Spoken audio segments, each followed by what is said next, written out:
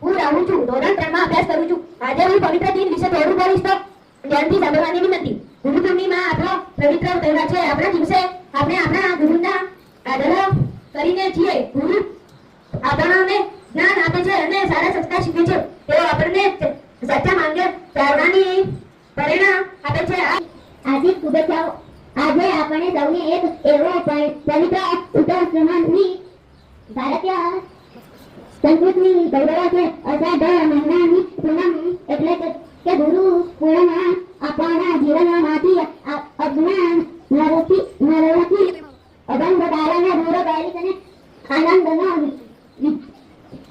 વિજય પ્રકાશ ફેલાવ કરું છું. આજે હું ગુરુજી વિશે બોલવાનો મોકો મળ્યો છે. પ્રણામ ગુરુજીઓ. આજે ગુરુજી પૂર્ણિમા દિવસ ગુરુ અને શિષ્ય વિશેના પવિત્ર સંબંધ પૂર્ણિમા એ તો સારો તહેવાર છે. આ દિવસે આપણે ગુરુને યાદ કરીએ છીએ. અમે ગુરુના આદર કરીએ છીએ. અમે પૂર્ણિમા એ સારો તહેવાર છે. આ દિવસે આપણે ગુરુને યાદ કરીએ છીએ અને ગુરુના આદર કરીએ છીએ અને ગુરુનું કહેવું માનીએ છીએ. અને પૂર્ણિમા ના દિવસ ગુરુ વિશેના પવિત્ર શબ્દ થોડું બોલી તો શાંતિથી સાંભળવા વિનંતી. આ દિવસે આપણે આપણા ગુરુઓનો આદર કરીએ છીએ. ગુરુ આપણને આજે ગુરુ પૂર્ણિમાના દિવસ ગુરુ અને શિષ્ય વિશેના પવિત્ર શબ્દ થોડું બોલીશ તો શાંતિથી સાંભળવા વિનંતી. આ પવિત્ર તહેવાર છે. આ દિવસ પૂનમના દિવસે ઉજવવામાં આવે છે. આ દિવસે મહર્ષિ વેદ વ્યાસજીની યાદમાં પણ ઉજવાય છે. તેથી વ્યાસ પૂર્ણિમા પણ કહેવામાં આવે છે. ગુરુ એટલે આપણને જ્ઞાન આપનાર અને સાચો ગુરુ માત્ર ભણાવતા નથી પણ સારા સંસ્કાર અને સારી વાતો પણ શીખવે છે. ત્યાર પછી શાળાના શિક્ષકો આપણને જીવનમાં આગળ વધવાનું શીખવે છે. ગુરુના માર્ગદર્શક વગર જીવનમાં સફળતા મેળવવી મુશ્કેલ છે. તેથી આપણે હંમેશા પોતાના ગુરુનું સન્માન કરવું જોઈએ. તેમની વાતો સાંભળવી જોઈએ અને મન લગાવીને અભ્યાસ કરવો જોઈએ. ગુરુ પૂર્ણિમાના હિન્દુ પંચાંગ મુજબ અષાઢ સુદ પૂર્ણિમા પૂનમના દિવસે ઉજવવામાં આવે છે. મહાસિંહ વેદ વ્યાસનો પ્રગટ્ય દિવસે આ ચાર વેદોની રચના કરનાર મહાભારત અને પુરાણોના રચયિતા મહર્ષિ વેદ વ્યાસજીનો જન્મ થયો હતો. તેથી આ દિવસને વ્યાસ પૂર્ણિમા પણ કહેવામાં આવે છે. ગુરુ પ્રત્યે આદર અને ભગવાનથી પણ ઊંચું સ્થાન આપવામાં આવ્યું છે. આ પવિત્ર દિવસ મહર્ષિ વેદ વ્યાસના જન્મદિન તરીકે વ્યાસ પૂર્ણિમાના નામે પણ ઉજવાય છે. ગુરુ આપણા જીવનના અંધકારને દૂર કરીને જ્ઞાનનો સાચો પ્રકાશ ફેલાવે છે. તેઓ માત્ર પુસ્તકીય જ્ઞાન જ નહીં પરંતુ જીવન જીવવાની સાચી રાહ બતાવે છે. આપણા પ્રથમ ગુરુ માતા પિતા છે અને ત્યારબાદ શિક્ષકો એટલે પ્રકાશ જે આપણને જ્ઞાનના અંધારમાંથી જ્ઞાનના પ્રકાશ તરફ લઈ જાય તે ગુરુ છે. આ પવિત્ર દિવસ મહર્ષિ વેદ વ્યાસજીનો જન્મદિન હોવાથી તેને વ્યાસ પૂર્ણિમા પણ કહે છે. આપણા જીવનના પ્રથમ ગુરુ આપણા માતા અને પિતા છે. ત્યાર પછી આપણા અધિકારને પ્રકાશિત કરનાર ગુરુઓને મારા નમસ્કાર. આ દિવસ દર વર્ષે અષાઢ મહિનાની પૂનમે ઉજવાય છે. ગુરુ એટલે જે આપણને જ્ઞાન આપે અને જીવનમાં સાચો માર્ગ બતાવે અને જીવનમાં આગળ વધવા પ્રેરણા આપે. આપણા જીવનમાં માતા પિતા આપણા પ્રથમ ગુરુ છે અને શિક્ષકો આપણા જીવનમાં માર્ગદર્શક છે. શિક્ષક આપણને માત્ર વાંચતા જ નહીં શીખવતા પરંતુ સારા સંસ્કાર શિસ્ત અને મહેનત સત્યના માર્ગે ચાલવાનું પણ શીખવે છે. શિક્ષક આપણા જીવનમાં નાનો દીવો પ્રગટાવીને અંધકાર દૂર કરે, સાચો રસ્તો બતાવીને ગુરુ જીવન રોશન કરે. જેને હાથ પકડીને ચાલતા શીખવી વાત જગતમાં એવા ગુરુના ચરણોમાં નમાવું શીખ.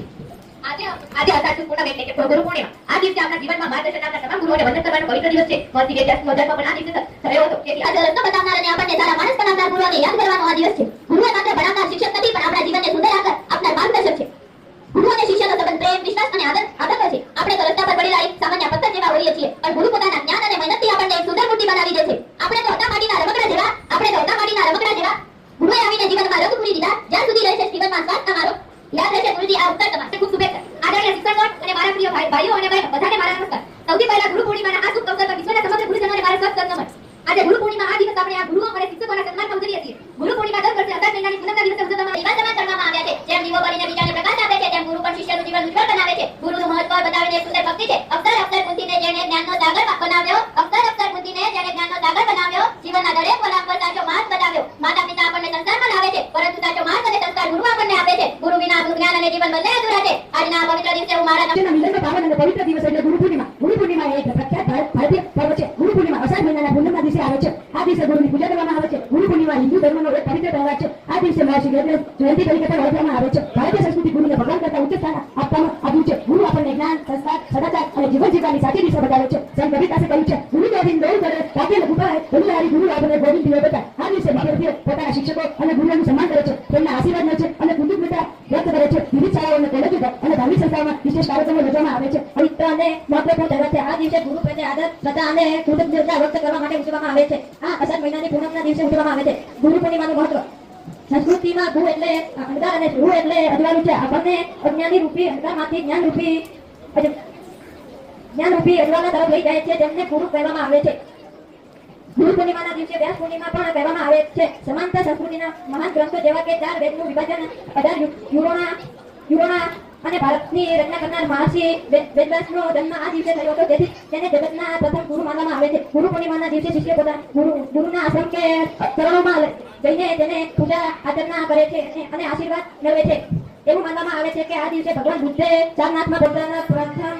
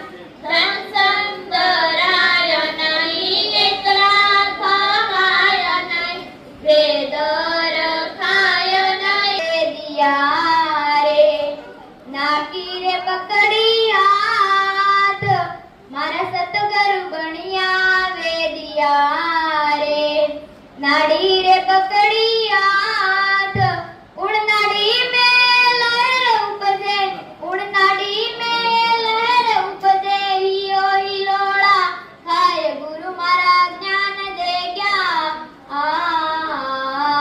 ઓ મારા તન વિચલિયો લિખાય સુમરન ચેતન કર ગયા ઓ મારા સતગુરુ આંગણ રૂખડી મારા સતગુરુ આંગણ રૂખડી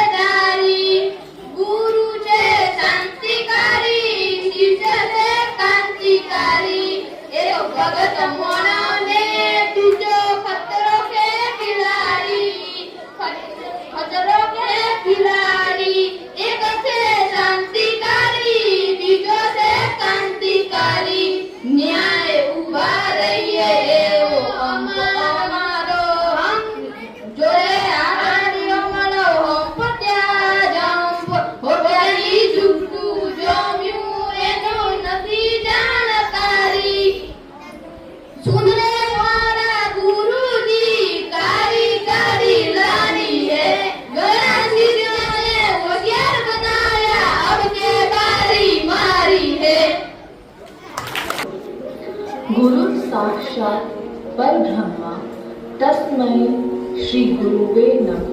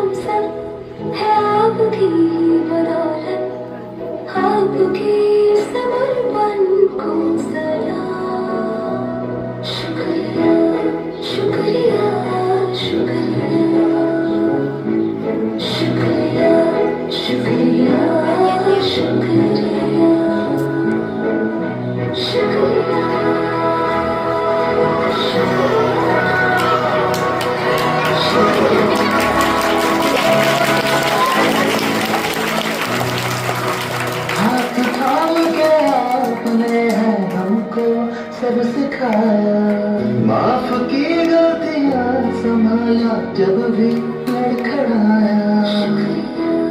शुक्रिया शुक्रिया शुक्रिया शुक्रिया शुक्रिया।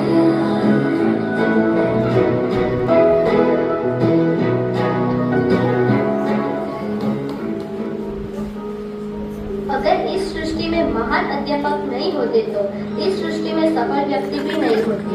एक शिक्षक का किरदार इतना महान होता है कि वह अपने शिष्य की सफलता को देखकर खुद को सफल समझ लेता है। सर्वप्रथम आवશે ચાણક્ય અને ચંદ્રગુપ્ત મૌર્ય। ગુરુ ચાણક્ય અને એમનો શિષ્ય હતો ચંદ્રગુપ્ત મૌર્ય। ગુરુ શિષ્યની જોડી હતી। ગમે ત્યારે તમારે જ્યારે ગુરુ પૂર્ણિમાનો નિબંધ લખવાનો આવે ત્યારે આપણે ચંદ્રગુપ્ત અને ચાણક્ય એ બંને વિશ્વમાં ભારતીય સંસ્કૃતિનો પ્રચાર કર્યો। એટલા માટે આજે આપણે વિવેકાનંદને ઓળખીએ છીએ અને કે વિવેકાનંદના ગુરુ કોણ? તો કોણ હતા એમના ગુરુ?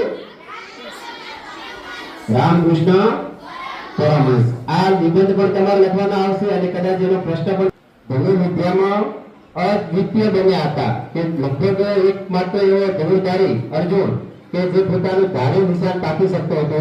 તો એવો શ્રેષ્ઠ ધનુર્ધારી કોણે બનાવ્યો? એમને કોણે બનાવ્યો? દ્રોણાચાર્ય। તો એમના ગુરુએ અર્જુનને શ્રેષ્ઠ ધનુર્ધારી બનાવ્યો। ચલો ત્યારબાદ ગોપાલ ગુરુ હોય, કોઈ આધ્યાત્મિક ગુરુ હોય, કોઈ શૈક્ષણિક ગુરુ હોય, કોઈ રાજકીય ગુરુ હોય। તો એ રીતે ગોપાલ કૃષ્ણ ગોખલે એ ગાંધીજીના રાજકીય ગુરુ હતા અને ગાંધીજીએ ગોખલે પોતાના રાજકીય ગુરુ માન્યા હતા। ગોખલે તેમને જાહેર જીવનમાં ઘણું બધું માર્ગદર્શન આપ્યું હતું। ચલો આગળના ક્રમે દિવ્ય શાસ્ત્રોનું જ્ઞાન એમને આપ્યું હતું એ વિશ્વામિત્રએ અને ધર્મ રક્ષાનું શિક્ષણ પણ વિશ્વામિત્રએ શ્રીરામને આપ્યું હતું। એટલા માટે આજે પણ આપણે ગુરુ શિષ્યની જોડ જ્યારે યાદ કરવાની હોય ત્યારે એમને આપણે યાદ કરીએ છીએ। ચલો ત્યારબાદ સુદામા પણ સાથે હતા। એમને શિક્ષણ મેળવ્યું અને એ જોડે પણ આદર્શ ગુરુ અને આદર્શ શિષ્યનું પ્રતીક ગણાય છે। ત્યારબાદ એકલવ્ય અને દ્રોણાચાર્ય। એકલવ્ય અને દ્રોણાચાર્ય એકલવ્ય અભ્યાસથી ધનુર્વિદ્યામાં નિપુણતા મેળવી હતી।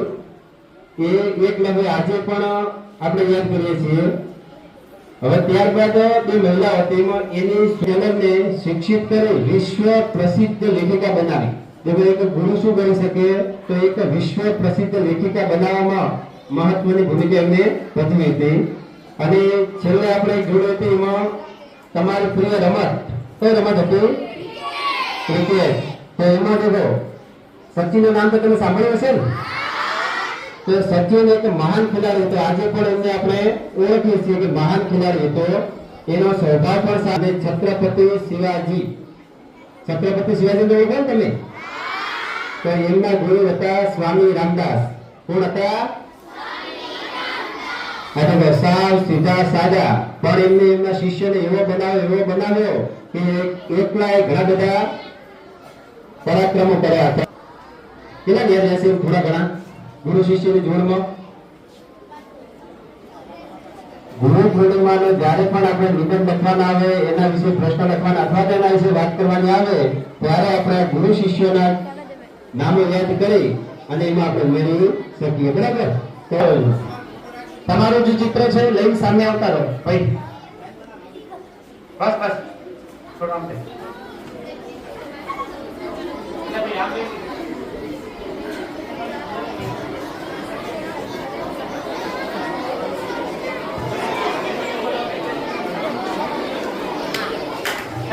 પાછળ બેસી જાઓ ભાઈ.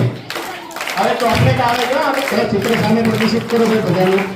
ચિત્ર જુઓ બધાનો. બધા ચિત્ર ઉપર તમારી નજર હોય. તમને કયું ચિત્ર સૌથી બેસ્ટ ગમે છે એના ઉપર નિરીક્ષણ કરો. ગુરુ અને શિષ્યની જોડીનું ચિત્ર દોરેલું હશે અને એ ચિત્ર ઉપર પબ્લિકમાંથી વિદ્યાર્થીઓમાંથી અવાજ આવે છે કે વિનરબેનનું સારું છે.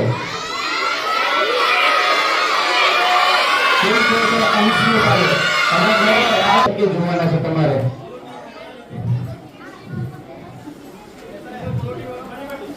હવે સામે એક વખત ચિત્ર કરી દો ભાઈ. આ બાજુ પાછા ફરી જાઓ. તુલસી આ બાજુ ફરી જાઓ ને.